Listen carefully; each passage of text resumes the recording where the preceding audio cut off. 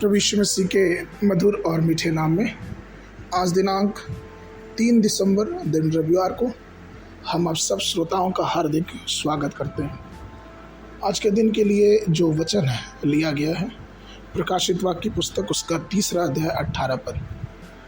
वचन कहता है, इसलिए मैं तुझे सम्मति देता हूँ कि आग में ताया हुआ सोना मुझसे मोल ले कि धनी हो जाए, और श्वेत वस्त्र ले ले कि पहनकर तुझे अपने नंगेपन की लज्जा ना हो, और अपनी आंखों में लगाने के लिए सुरमा ले ले कि दो देखना लगे।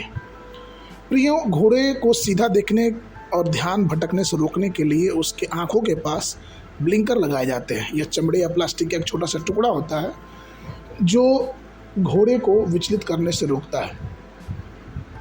प्रियो, हमको भी अपनी आंखों के प्रति बड़ा सतर्क होना चाहिए। मत्ती उसके 6:23 में वचन कहता है, परंतु यदि तेरी आंख बुरी हो तो तेरा सारा शरीर भी अंधियारा होगा। इस कारण वो उजियाला जो तुझ में है यदि अंधकार में हो जाए तो वह अंधकार कैसा बड़ा होगा। प्रियो, चूंकि लौदीकिया की कलीसिया की आंखें अंधी हो गई थी, पूरी कलीसिया अंधकार में थी, इसलिए वो परमेश्वर के अभिषेक को समझ नहीं पा रहे थे। हमें ये जानना है कि परमेश्वर का अभिषेक हमारे जीवन पे है। हमारा नज़रिया हमारे जीवनों में दुखी होने का कारण है। एसाव ने याकूब के बनाए गए दाल को देखकर अपने पहलौठे का जन्मसिद्ध अधिकार खो दिया। आकान ने बेबीलोन के वस्त्र और सोने का लालच किया और अपनी आंखों से उस लालसा के विषय में पढ़कर अपने जीवन और अपने परिवार के जीवन का पथरवाह से नाश कर दिया। गेहजी ने अपनी आंखों से वस्त्रों और चांदी के सिक्कों की लालसा की और वह कोढ़ी बन गया। दाऊद जब महल पे अपने छत के ऊपर घूम रहा था, उसने दूसरी स्त्री के विषय में लालसा की और वो भी पाप में गिर गया। प्रियो, कुछ बीमारियां हमारे सिर्फ और सिर्फ देखने की वजह से होती हैं।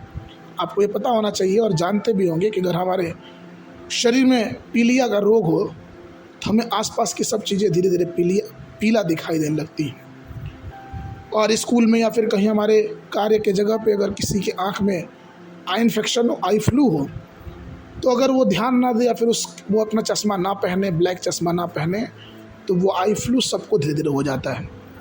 इसीलिए जब किसी को आई फ्लू होता है तो हम उसे डॉक्टर के पास लेके जाते हैं। प्रियो, डॉक्टर उसकी आंख में आई ड्रॉप डाल के उसकी आंख को ठीक करता है।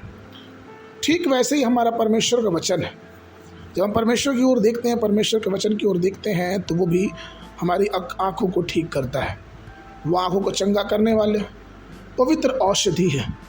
इसलिए हमें और आपको परमेश्वर की तरफ देखना चाहिए और परमेश्वर के अभिषेक के लिए परमेश्वर से दुआ करना चाहिए कि प्रभु हमारी आंखों को अभिषेक कर कि हम तेरे पवित्र वचन और तेरे पवित्र ध्यान के तरफ अपने जीवन को आगे लेके चल सकें। आज के मनन के लिए भजन संगीता 119 अध्याय 148 पर, मेरी आंखें रात के एक पहर से पहले खुल गई कि मैं तेरे वचन पर ध्यान करूं।